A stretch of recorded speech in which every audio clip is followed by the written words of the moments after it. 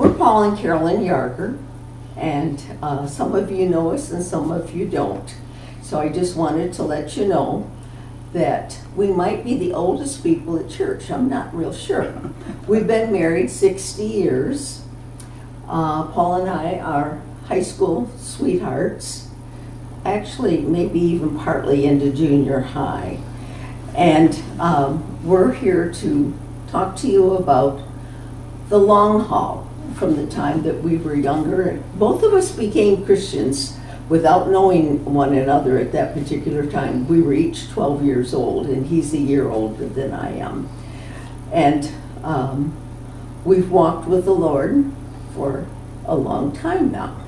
So we want to share with you things that we have learned and things that we have experienced that help us to be the Christians that the Lord wants us to be tonight. My dad started a heating and plumbing business when I was young. He was always an honest person. One day, a man who was preparing to bid on one of Dad's upcoming projects came in and asked Dad to select his bid over all the other incoming bids. My 16-year-old brother was there, and he saw Dad's fists clench.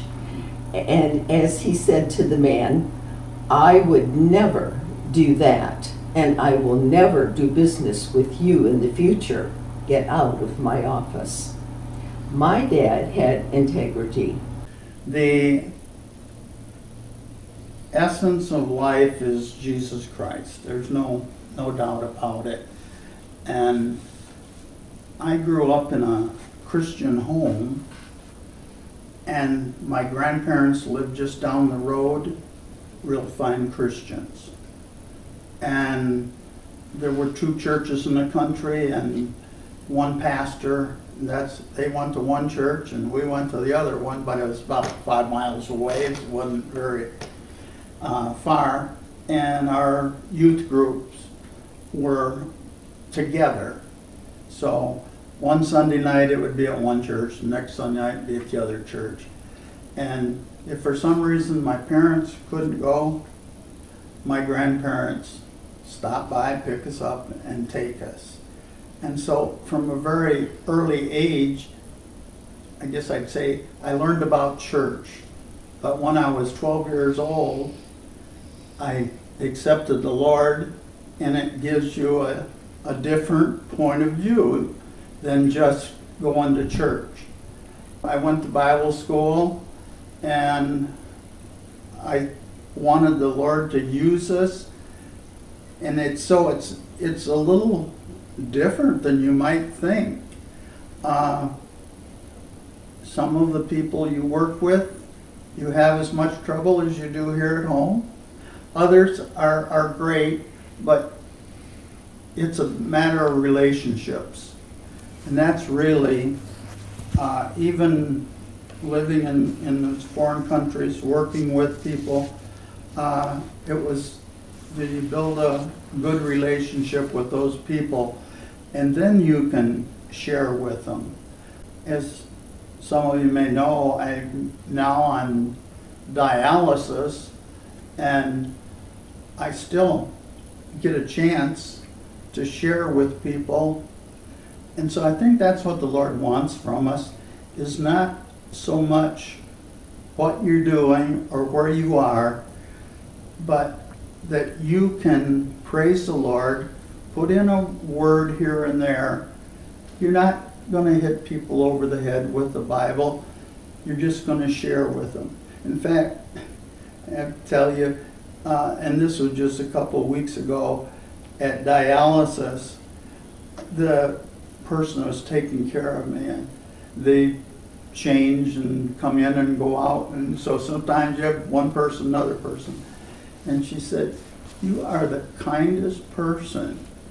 I said, "Well, thank you. I appreciate that." I said, "That's what the Lord wants." He said, "Those are your qualities as a Christian: love, joy, peace, patience, goodness, kindness, faithfulness." I might have missed one someplace, but so those are the things I try to show every day. And I'm not a very talkative person as far as dialysis is concerned. And but before the pandemic, we were sort of a team. She would come with me to dialysis, and she got to go around and talk to people and share with them. And my spot is in that chair, and you're hooked up, and so you just share with the people that are there. I think one of the secrets for me on sharing is every day when I get up in the morning, that's my prayer and my guidance, is that whatever comes up, I want to share if I can. Your time with the Lord. Now I know I'm getting old, so I have more time than somebody younger. But I try to start the day or in the middle of the day, because it's getting up at 6 o'clock to go to dialysis that day. I don't get up earlier just to read. But I have a devotional, I guess it's called, recap of the Bible. And you read 3-4 chapters and it explains them. And so that gives me my get up and go in the morning, I guess.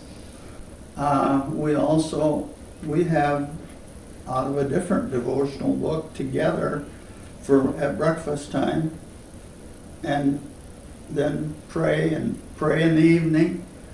Prayer's the secret. Just keep talking to the Lord, and pretty soon, maybe after 80 years, I'm not sure, but it feels like you're just talking like you would to somebody else. Matthew 16:26 says, "What is a man profited if he shall gain the whole world, but lose his own soul?" That is why we have tried to live a life of sharing with groups like Campus Crusade for Christ, using the Jesus film worldwide, and the Wycliffe, or Wycliffe, however you want to pronounce it, who translates the Bible in into many languages, and other groups to get salvation message out to peoples of all kinds throughout the world. We came into this world with nothing, and we will leave with nothing except for the souls saved, because we have prayed and shared our faith so that they could become Christ's followers.